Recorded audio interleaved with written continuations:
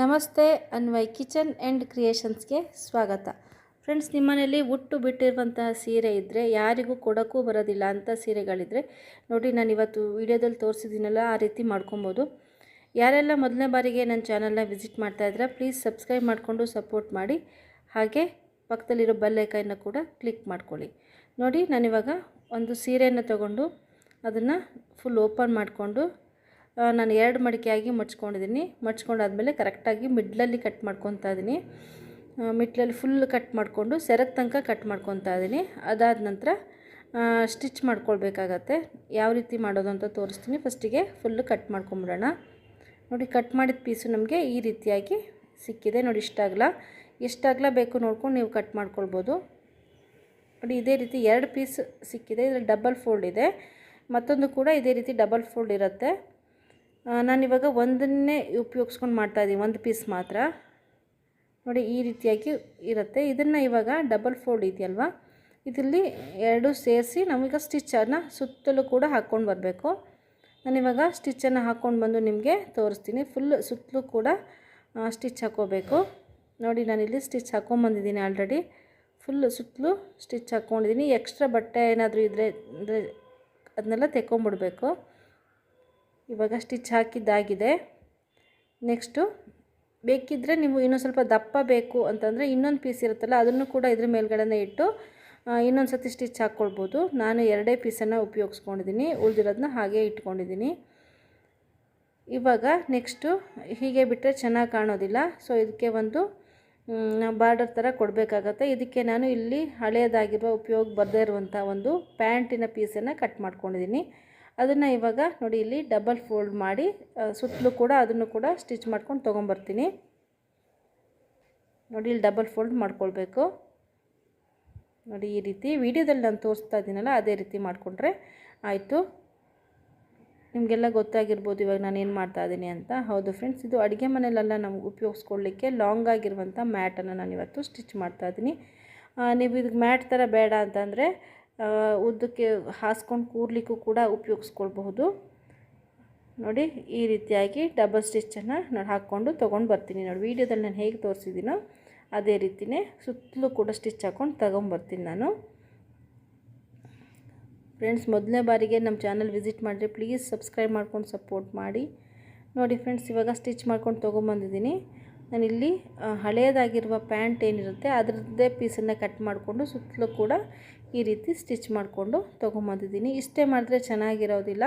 ಅದಕ್ಕೋಸ್ಕರ ನಾನೇನು ಮಾಡಿದ್ದೀನಿ, ಇದೇ ಪ್ಯಾಂಟಿನ ಪೀಸಿನ ನಾನು ಮಿಡ್ಲಲ್ಲೂ ಕೂಡ ಸ್ಟಿಚ್ ಮಾಡ್ತಾಯಿದ್ದೀನಿ. ನೋಡಿ, ಈ ರೀತಿ ಸ್ಟಿಚ್ ಆದಮೇಲೆ ಒಂದು ಸತಿ ಮಾರ್ಕ್ ಮಾಡಿಕೊಂಡು ಇಲ್ಲಿ ಎಷ್ಟೆಷ್ಟು ದೂರಕ್ಕೆ ಬೇಕು ನೋಡಿಕೊಂಡು ನೀವು ಸ್ಟಿಚ್ ಮಾಡ್ಕೊಳ್ಬೋದು. ನಾನೊಂದು ಅಂದಾಜಲ್ಲಿ ಮಾಡಿದ್ದೀನಿ, ಯಾವುದೇ ರೀತಿ ಅಳತೆ ಎಲ್ಲ ಏನು ಮಾಡಿಲ್ಲ. ನೋಡಿ, ಒಂದು ಅಂದಾಜಲ್ಲಿ ಈ ರೀತಿ ನೋಡಿ, ಇದನ್ನು ಕೂಡ ಅಷ್ಟೇ ಆ ಕಡೆ ಈ ಕಡೆ ಸ್ವಲ್ಪ ಮಡ್ಚ್ಕೊಂಡು ಮಿಡ್ಲಲ್ಲಿ ಈ ರೀತಿ ನೋಡಿ ಇಟ್ಕೊಂಡು ಸ್ಟಿಚ್ ಮಾಡ್ಕೊಳ್ಬೇಕು. ನೋಡಿ, ಈ ರೀತಿ ಫೋಲ್ಡ್ ಮಾಡ್ಕೊಳ್ಳಿ. ನಂತರ ಉಲ್ಟಾ ಮಾಡಿಕೊಂಡು ನೋಡಿ ಈ ಥರ ಇಟ್ಬಿಟ್ಟು ತುದಿವರೆಗೂ ಕೂಡ ಸ್ಟಿಚ್ ಮಾಡಿಕೊಂಡ್ರೆ ಆಯಿತು. ಅಡುಗೆ ಮನೇಲಿ ಮ್ಯಾಟ್ ಥರ ಹಾಕ್ಕೊಳ್ಳಿಕ್ಕೆ ತುಂಬ ಚೆನ್ನಾಗಾಗತ್ತೆ. ನಾನು ಇದನ್ನು ಅಡುಗೆ ಮನೆ ಮ್ಯಾಟಾಗಿಯೇ ಉಪಯೋಗಿಸ್ಕೊತಾ ಇದ್ದೀನಿ. ನೋಡಿ, ಈ ರೀತಿಯಾಗಿ ಸ್ಟಿಚ್ ಮಾಡಿಕೊಳ್ಬೇಕು. ಇದನ್ನು ಕೂಡ ನಾನು ಸ್ಟಿಚ್ ಮಾಡಿಕೊಂಡು ನೋಡಿ ತೊಗೊಂಬಂದಿದ್ದೀನಿ. ಎಷ್ಟು ಚೆನ್ನಾಗಿ ಕಾಣಿಸ್ತಾ ಇದೆ ಅಂತ, ನೋಡಲಿಕ್ಕೂ ಚೆನ್ನಾಗಿ ಕಾಣಿಸ್ತಾ ಇದೆ. ಮತ್ತು ನಮ್ಮ ಮನೆಯಲ್ಲಿರುವಂಥ ಹಳೆ ಬಟ್ಟೆಗಳಲ್ಲೇ ನಾವು ಇದನ್ನು ಮಾಡಿದಾಗೂ ಆಯಿತು. ನೋಡಿ, ಒಂದು ಸೀರೆ ಮತ್ತು ಒಂದು ಪ್ಯಾಂಟಿಂದ ಎಷ್ಟು ಸುಂದರವಾಗಿರುವ ವಸ್ತು ರೆಡಿ ಆಯಿತು ಅಲ್ವಾ. ಈ ವಿಡಿಯೋ ನಿಮಗೆ ಇಷ್ಟ ಆಯಿತು ಅಂತ ಭಾವಿಸ್ತೀನಿ ಫ್ರೆಂಡ್ಸ್. ವಿಡಿಯೋ ಇಷ್ಟ ಆದರೆ ಖಂಡಿತವಾಗಿಯೂ ಲೈಕ್ ಮಾಡಿ, ಶೇರ್ ಮಾಡಿ, ಕಮೆಂಟ್ಸ್ ಮಾಡಿ. ಚಾನಲ್ಗೆ ಸಬ್ಸ್ಕ್ರೈಬ್ ಮಾಡದೆ ನೋಡ್ತಾ ಇದ್ದರೆ ಪ್ಲೀಸ್ ಸಬ್ಸ್ಕ್ರೈಬ್ ಮಾಡಿಕೊಂಡು ಸಪೋರ್ಟ್ ಮಾಡಿ. ಮತ್ತು ಇದೇ ರೀತಿ ಒಂದು ಒಳ್ಳೆ ವಿಡಿಯೋದೊಂದಿಗೆ ಸಿಗ್ತೀನಿ. ಅಲ್ಲಿವರೆಗೂ ಥ್ಯಾಂಕ್ ಯು ಫಾರ್ ವಾಚಿಂಗ್.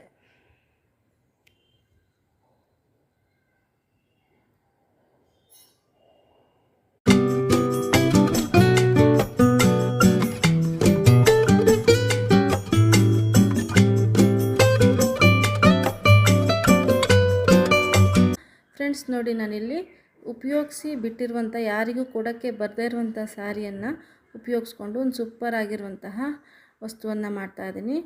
ವಿಡಿಯೋನ ಫಸ್ಟ್ ಟೈಮ್ ನೋಡ್ತಾ ಇದ್ದರೆ ಪ್ಲೀಸ್ ಸಬ್ಸ್ಕ್ರೈಬ್ ಮಾಡಿಕೊಂಡು ಸಪೋರ್ಟ್ ಮಾಡಿ. ಇವಾಗ ನಾನು ಏನು ಮಾಡ್ತಾಯಿದ್ದೀನಿ ನೋಡೋಣ. ನಾನಿಲ್ಲಿ ಒಂದು ಹಾಫ್ ಸೀರೆಯನ್ನು ಕಟ್ ಮಾಡಿ ಇಟ್ಕೊಂಡಿದ್ದೀನಿ. ಕಟ್ ಮಾಡಿ ಈ ರೀತಿಯಾಗಿ ನೀಟಾಗಿ ನೋಡಿ 4 ಪದರ ಬರೋ ರೀತಿ ಮಡಚಿ ಇಟ್ಕೊಂಡಿದ್ದೀನಿ ನೋಡಿ. ನಂತರ ಈ ಥರ ಭಾಗವನ್ನು ಸೇರಿಸಿ ಮತ್ತೆ ಮಡಚಿ ಮ್ಯಾಟ್ ಎಷ್ಟು ದೊಡ್ಡಕ್ಕೆ ಬೇಕೋ ಅಷ್ಟು ದೊಡ್ಡಕ್ಕೆ ದಪ್ಪವಾಗಿ ಬರೋ ರೀತಿ ನಾನಿಲ್ಲಿ ಮಡ್ಚ್ಕೊತಾ ಇದ್ದೀನಿ. ಅರ್ಧ ಸೀರೆಯನ್ನು ಫುಲ್ ಈ ಥರ ನಾನು ನೀಟಾಗಿ ವಿಡಿಯೋದಲ್ಲಿ ತೋರಿಸ್ತಾ ಇದ್ದೀನಲ್ಲ ಆ ರೀತಿಯಾಗಿ ನಾನು ಫೋಲ್ಡನ್ನು ಮಾಡಿ ಇಟ್ಕೊಂಡಿದ್ದೀನಿ ನೋಡಿ ಇಲ್ಲಿ ಈ ರೀತಿ. ಇವಾಗ 4 ಕಡೆಗೂ ನಾನು ಸ್ಟಿಚ್ಚನ್ನು ಹಾಕ್ಕೊಂಬಿಡ್ತೀನಿ ಮಷೀನಲ್ಲಿ. ಸ್ಟಿಚ್ಚನ್ನು ಹಾಕಿದ್ದಾದಮೇಲೆ ಎಕ್ಸ್ಟ್ರಾ ಏನಿರುತ್ತೆ ಬೇಡವಾಗಿರೋದು ಅದನ್ನ ಕಟ್ ಮಾಡಿ ತೆಕ್ಕೊಂಡು ನೋಡಿ. ಇವಾಗ ನಾನು ಸ್ಟಿಚ್ ಮಾಡಿ ನಂತರ ಅದನ್ನು ನೋಡಿ ಸೈಡಲ್ಲಿ ಬೇಡದೇ ಇರುವಂಥ ಎಕ್ಸ್ಟ್ರಾ ಏನಿದೆಯಲ್ವ ಅದನ್ನು ಕಟ್ ಮಾಡಿಕೊಂಡು ನೀಟಾಗಿ ನಾನು ತೊಗೊಂಡು ಬಂದಿದ್ದೀನಿ. ಇವಾಗ ಇದು ಸ್ಟಿಚ್ ಆಗಿದೆ. ಇವಾಗ ನಂತರ ಅದರ ಮಧ್ಯದಲ್ಲಿ ನಾವು ಒಂದು ಲೇಸ್ ಥರ ಕೊಡೋಣ ಚೆನ್ನಾಗಿರುತ್ತೆ ಅಂತ ಹೇಳ್ಬಿಟ್ಟು ನಾನು ಇಲ್ಲಿ ಹಳೆಯದಾಗಿ ಉಪಯೋಗಿಸಿ ಬಿಟ್ಟಿರ್ತಕ್ಕಂಥ ಒಂದು ಟಾಪನ್ನು ತೊಗೊಂಡಿದ್ದೀನಿ. ಅದನ್ನು ನಾನಿವಾಗ ಕಟ್ ಮಾಡ್ಕೊತಾ ಇದ್ದೀನಿ. ಮಿಡ್ಲಲ್ಲಿ ಸ್ವಲ್ಪ ಕಟ್ ಮಾಡಿಕೊಂಡು ನಂತರ ಸೈಡ್ ಕೂಡ ಕಟ್ ಮಾಡಿಕೊಂಡು ಒಂದು ಅಂದಾಜಲ್ಲಿ ಒಂದು 2 ಇಂಚ್ ಆಗೋಷ್ಟನ್ನು ಕಟ್ ಮಾಡಿಕೊಂಡು ನಾನು ಇವಾಗ ವೀಡಿಯೋದಲ್ಲಿ ತೋರಿಸ್ತೀನಲ್ಲ ಆ ರೀತಿಯಾಗಿ ಸ್ಟಿಚ್ ಮಾಡ್ಕೊಳ್ಬೇಕಾಗತ್ತೆ ನೋಡಿ. ಇವಾಗ ಟಾಪನ್ನು ಕಟ್ ಮಾಡ್ಕೊತಾ ಇದ್ದೀನಿ. ತುಂಬ ಈಸಿಯಾಗಿ ಮನೇಲಿರುವಂತಹ ಸಾರಿಯಿಂದ ಮತ್ತು ಉಪಯೋಗ ಬರದೇ ಇರೋ ಬಟ್ಟೆಗಳನ್ನು ಉಪಯೋಗಿಸ್ಕೊಂಡು ಈ ರೀತಿಯಾಗಿ ಮಾಡ್ಕೊಳ್ಬೋದು ಫ್ರೆಂಡ್ಸ್. ನಿಮ್ಗೆ ಗೊತ್ತಾಗಿರ್ಬೋದು ನಾನಿವಾಗ ಡೋರ್ ಮ್ಯಾಟನ್ನು ಸ್ಟಿಚ್ ಮಾಡ್ತಾಯಿದ್ದೀನಿ ನೋಡಿ. ಈ ರೀತಿಯಾಗಿ ಕಟ್ ಮಾಡ್ಕೊತಾ ಇದ್ದೀನಿ. ಇದೇ ರೀತಿ ನಾವು ಒಂದಷ್ಟು ಪೀಸ್ಗಳನ್ನು ಕಟ್ ಮಾಡ್ಕೊಂಬಿಡೋಣ. ಅದಾದ ನಂತರ ನೋಡಿ ಇವಾಗ ಮ್ಯಾಟನ್ನು ಇಟ್ಕೊಂಡಿದ್ದೀನಿ ಅಲ್ಲಿ ಸ್ಟಿಚ್ ಆಗಿರೋವಂಥದ್ದು. ಇವಾಗ ಇದನ್ನು ನೋಡಿ ನಾವು ಕಟ್ ಮಾಡಿರೋವಂಥ ಟಾಪ್ ಪೀಸ್ ಏನಿದೆ ಅದನ್ನು ಈ ರೀತಿ ಫೋಲ್ಡ್ ಮಾಡಿಕೊಂಡು ಡಬಲ್ ಫೋಲ್ಡು ನಾವು ಇಲ್ಲಿ ನಾನು ಈಗ ತೋರಿಸ್ತಾ ಇದ್ದೀನಿ ನೋಡಿ ವಿಡಿಯೋದಲ್ಲಿ ಆ ರೀತಿಯಾಗಿ ಸೈಡಲ್ಲಿ ಕ್ರಾಸಾಗಿ ಇಟ್ಕೊಂಡು ಸ್ಟಿಚ್ ಮಾಡ್ತಾ ಬರಬೇಕಾಗತ್ತೆ. ಆ ಕಡೆ ಮತ್ತು ಈ ಕಡೆ 2 ಹೊಲಿಗೆ ಬರೋ ರೀತಿ ಸ್ಟಿಚ್ಚನ್ನು ಹಾಕ್ಕೊಳ್ಬೇಕು ನೋಡಿ. ಈ ರೀತಿ ನೀಟಾಗಿ ಮಡ್ಚ್ಕೊಂಡು ನೀವು ಬೇಕಾದರೆ ಸೇಫ್ಟಿ ಪಿನ್ ಅಥವಾ ಏನಾದರೂ ಒಂದನ್ನು ಹಾಕ್ಕೊಳ್ಳಿ. ಈ ಥರ ಹೀಗೆ ಇದಾಗುತ್ತೆ ಅಂತ ಅನಿಸಿದ್ರೆ ನೋಡಿ ಈ ರೀತಿ ಕ್ರಾಸಲ್ಲೇ ಇಟ್ಕೊಂಡು ನಾನು ಸ್ಟಿಚ್ ಮಾಡ್ಕೊತಾ ಬರ್ತೀನಿ. ಎಕ್ಸ್ಟ್ರಾ ಇರೋದನ್ನು ಕಟ್ ಮಾಡಿ ತೆಗಿಬೇಕಾಗತ್ತೆ. ಫುಲ್ ಇದೇ ಥರನೇ ನಾನು ಸ್ಟಿಚ್ ಮಾಡಿಕೊಂಡು ತೊಗೊಂಡು ಬರ್ತೀನಿ ನೋಡಿ. ಎರಡು ಕಡೆಯೂ ಸ್ಟಿಚ್ ಬರಬೇಕು ಆ ರೀತಿ ಸ್ಟಿಚ್ ಹಾಕ್ಕೊಂಡು ತೊಗೊಂಬರ್ತೀನಿ. ನಂತರ ಇದೇ ಟಾಪಿನ ಒಂದು ಪೀಸನ್ನು ತೊಗೊಂಡು ನಾನು ಸುತ್ತಲೂ ಕೂಡ ಸ್ಟಿಚ್ ಮಾಡ್ಕೊತೀನಿ ನೋಡಿ. ಇವಾಗ ಸ್ಟಿಚ್ ಮಾಡ್ಕೊಂಡು ತೊಗೊಂಬಂದಿದ್ದೀನಿ. ಈ ರೀತಿಯಾಗಿ ಬಂದಿದೆ. ಇವಾಗ ಹೀಗೆ ಬಿಟ್ಟರೆ ಚೆನ್ನಾಗಿ ಕಾಣಿಸೋದಿಲ್ಲ ಅಲ್ವಾ, ಅದಕ್ಕೆ ಸೈಡಲ್ಲೂ ಕೂಡ ಒಂದು ಬಾರ್ಡ್ರ್ ಥರ ಕೊಟ್ಟರೆ ಚೆನ್ನಾಗಿರುತ್ತೆ. ನೀವು ಇಲ್ಲಿ ಬೇಕು ಅಂದರೆ ಬೇರೆ ಅಪೋಸಿಟ್ ಕಲರ್ನ ಬಾರ್ಡ್ರ್ ಥರ ಕೊಟ್ಕೊಳ್ಬೋದು. ನಾನು ಇದೇ ಪೀಸನ್ನೇ ಸೈಡ್ಗೂ ಕೂಡ ಸ್ಟಿಚ್ ಮಾಡ್ತಾಯಿದ್ದೀನಿ. ಇದು ಕೂಡ ಹೀಗೆ ಡಬಲ್ ಫೋಲ್ಡ್ ಮಾಡಿಕೊಂಡು ನೀಟಾಗಿ ಸೈಡಲ್ಲಿ ಸುತ್ತಲೂ ಕೂಡ ಬರೋ ರೀತಿ ಸ್ಟಿಚ್ ಮಾಡಿಕೊಂಡ್ರೆ ನಮ್ಮ ಸೂಪರಾಗಿರುವಂಥ ಡೋರ್ ಮ್ಯಾಟು ರೆಡಿ ಆಗುತ್ತೆ. ತುಂಬ ಸುಲಭವಾಗಿ ಉಪಯೋಗ ಬರದೇ ಇರೋ ಸೀರೆ ಮತ್ತು ಟಾಪ್ಸ್ಗಳು ಇಂಥದ್ದನ್ನೆಲ್ಲ ಬಳಸ್ಕೊಂಡು ಸುಂದರವಾಗಿರುವಂತಹ ಮ್ಯಾಟನ್ನು ಸ್ಟಿಚ್ ಮಾಡ್ಕೊಳ್ಬೋದು ನೋಡಿ. ಇವಾಗ ಸ್ಟಿಚ್ ಮಾಡಿದ್ದಾಗಿದೆ. ಸೈಡಲ್ಲೂ ಕೂಡ ನಾನಿಲ್ಲಿ ಸ್ಟಿಚ್ ಮಾಡಿಕೊಂಡು ತೊಗೊಂಬಂದಿದ್ದೀನಿ ನೋಡಿ ಯಾವ ರೀತಿಯಾಗಿ ಕಾಣಿಸ್ತಾ ಇದೆ ಅಂತ. ತುಂಬ ಸಖತ್ತಾಗಿ ಬಂದಿದೆ. ಈ ರೀತಿ ನಾವು ಮನೇಲಿರುವಂಥ ವಸ್ತುಗಳನ್ನೇ ಬಳಸ್ಕೊಂಡು ಸೂಪರಾಗಿರುವ ಡೋರ್ ಮ್ಯಾಟನ್ನು ಮಾಡ್ಕೊಳ್ಬೋದು. ವಿಡಿಯೋ ಇಷ್ಟ ಆಗಿದೆ ಅಂತ ಭಾವಿಸ್ತೀನಿ ಫ್ರೆಂಡ್ಸ್. ಇಷ್ಟ ಆಗಿದರೆ ಖಂಡಿತವಾಗಿಯೂ ಲೈಕ್, ಶೇರ್, ಕಾಮೆಂಟ್ಸ್ ಮಾಡಿ ಹಾಗೆ ಸಬ್ಸ್ಕ್ರೈಬ್ ಮಾಡಿಕೊಂಡು ಸಪೋರ್ಟ್ ಮಾಡಿ. Thank you for watching.